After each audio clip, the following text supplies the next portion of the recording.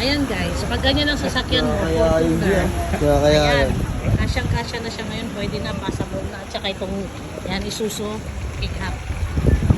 Kasyang-kasya na pag Isuzu pick-up pataas. Hindi na abutin sa baka. Yan o. Hindi ah. Kasyang-kasya na sila.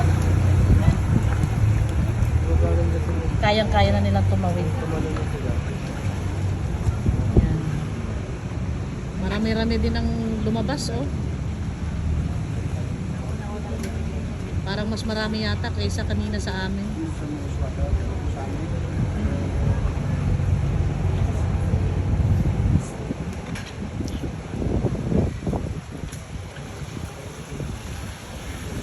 Yan, unti na lang. Tapos na sila.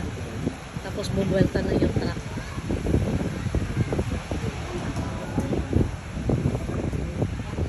Yan, parami-rami na rin ang mga sasakay pabalik sa loob. Yan. Yan.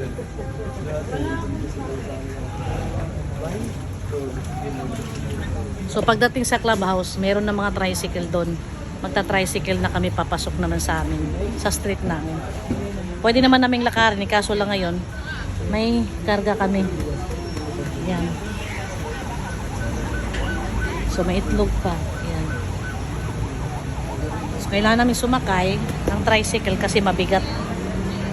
Buti nga may mga tricycle na bumabiyahe pero kahapon wala talaga. Ang dami talaga nakasakay ngayon, no? Ang tagal matapos bumaba. Yan. Mas marami ngayon.